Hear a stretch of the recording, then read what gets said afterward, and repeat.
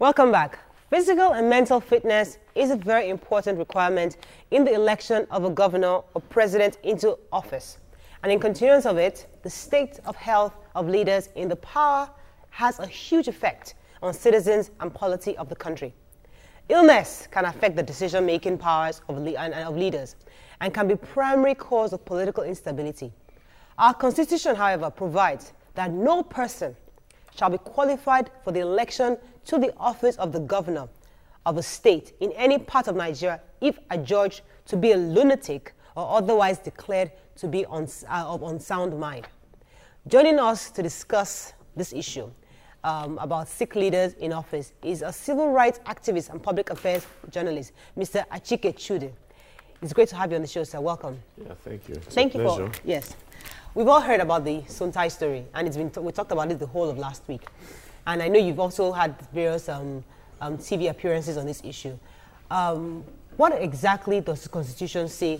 Because I was hearing somewhere that the Constitution does not actually does not say anything about a sitting officer, yeah, a sitting governor having any issues, mental disabilities, but says if you're going to be elected as governor, yes, that's where it becomes an issue. What are your thoughts on this whole controversy? No, it's not really true. Okay. If you remember, first of all, let me just start by saying that there's a common saying that when a matter is not settled right, it can never turn out right. Mm. And so the Yaradua illness issue was never really settled properly, because you will know that certain people in that administration played very subversive roles during that crisis, roles that were inimical to the interests of the country, yes, roles that proved, brought so much crisis and made Nigeria, at least for that particular point in time, very unstable. And so the political scenario then was very, very chaotic, and there was the threat of breakdown of law and order. I remember having written a piece during that period entitled, I think titled in The Guardian, the Independent newspaper. At the back page, I think it was entitled Torai and the Conspirators of Aso Rock, where I had argued for the immediate arrest and prosecution of then First Lady Olusegun Adeniyi and the other principal officers who were playing the kind of notorious roles that they were playing over that scenario, yes, over that scene, or in that issue. Now, eventually, the rest is history. Yes. But we have seen these instances, and that is why I was saying that those people who played roles should have been punished, because they almost brought crisis into the country. In fact, there was crisis already, but that crisis could have precipitated, could have led to some other breakdown of law and order, and nothing happened to them. And so the culture of impunity, when you allow it to go on, it will repeat itself. Yes. And it has been said that the only lesson that man learns is that he never learns any lesson. And our political leaders have learned nothing and they have forgotten nothing. That is why we see history replaying itself every day. Yes. Enugu, Cross River State, the same scenario playing out. Let me pause you a bit, because I need to invite our callers. You can call us on 070-8066-8014. You can tweet at us at YourViewTBC. We'd like to hear from you. Now, let's zero in, because you're right. The Imoke storyline, Sullivan, Chime, these are all governors we know that have been sick. Now, concerning Sontai, this issue seems resolvable by just asking the federal government, ensuring that they get the medical reports either from US or getting our own internal medical doctors to examine him. Yeah, again, I didn't really answer your first question, because you talked about the issue of the confusion with regards to the constitutional provision. Yes.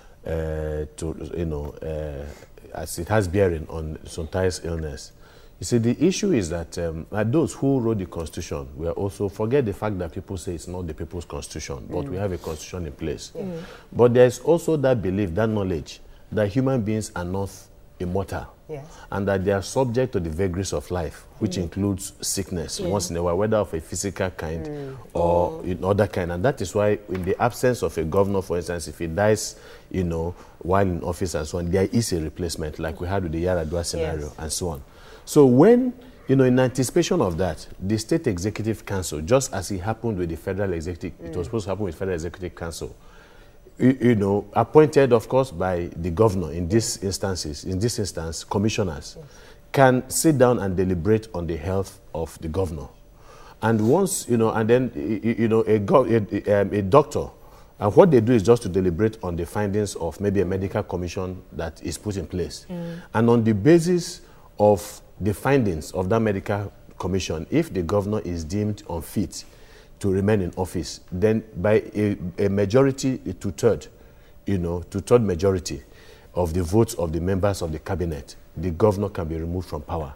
So provision has been made for that. Okay. And it's just that what is happening again, then the issue of if the government stays away for 3 months or 6 months and so on, the governor stays away for 3 months, 6 months, and so on, what happens? And that is where the confusion has been. And that's why you have different lawyers taking different positions. It is not so clear. And this is also the reason why people have been talking about the need to revamp the Nigerian Constitution. So that when you have this kind of lacuna, when you have this kind of complexities, when laws are not very clear and explicit and so on, then there is a basis for you to actually, once the Constitution has been reworked, and this is made explicit, it is easier, to, you understand, it is easier to move in a particular direction. I have a call, Mr. Pastor Michael, then I'll come to you, John. Okay. Pastor Michael, good morning, sir. Are you there? Yeah, good morning. Yes, go ahead. Wonderful job. Please, I want to go back to the former, whatever topic you talked about. Go ahead. And I want to go into the Tokwe issue. I'm a father of twins twice. And Tokwe should learn how to involve our husband in taking care of those kids. When you're breastfeeding one, let your husband also pick up one. And that's the way we've actually handled that. So we should be kind. They are wonderful children. All right. Thank you, Pastor. Yeah, thank you. Back to the matter. All right, Jumoke, go ahead. Yeah, so there is crisis in Taraba State right now. What's the way forward? Because yes, there's a lacuna of some sort. The Constitution also doesn't tell us exactly what to do. But we have a state House of Assembly that they're lawmaking. What, in your own opinion, is the right step to take in this situation? The Nigerian state has been captured. And the Nigerian people have been held hostage. And unfortunately, they have the innate or the potential to liberate themselves. But somehow, for certain reasons, they have been completely unable to do that. So when you see this kind of scenario play out, where individuals take upon themselves or assume control, individuals that do not have any statutory responsibility or control or obligation, such as, for instance, the wife of a president, the wife of a governor, forming a cabal within government, even though they do not have any constitutional role to play, you realize that the state has been captured. Because they give instructions to those people who are statutorily empowered to run the affairs of the state. So that is an anomaly. Now, one is not saying that something cannot be done, but a situation where individuals control the levers of government, and then the whole of the institutions of governance themselves lay prostrate, then it becomes very difficult. Okay, I have a call. Okay. Reverend Dominic, good morning.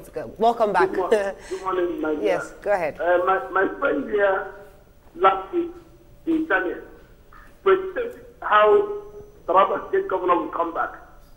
That this was going to party together, put some insulin, and brought him back. I think it just happened the way he said.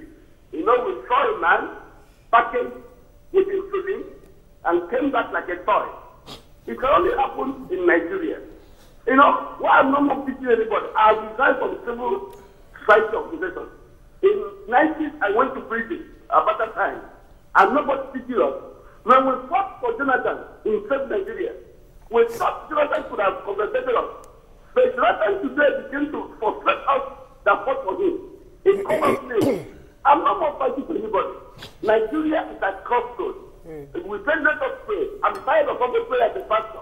But this scenario is not going to play well. Okay. A man from Taraba, he don't need a doctor. That man doesn't know what he's doing. Honestly, that man doesn't know where he is. Okay. The man that fought for the company has a brain problem. Brain is the worst thing that a man suffers. I told you last week, I was in the bed of my treatment, and I had blood pressure. Doctor said that when you have blood pressure or heart stroke, it could get worse because you work on your brain. Brain problems don't heal instantly. right, sir. That man will Thank you, work sir. every day because he has the same problem. Thank you, sir. Why do I not go to government house?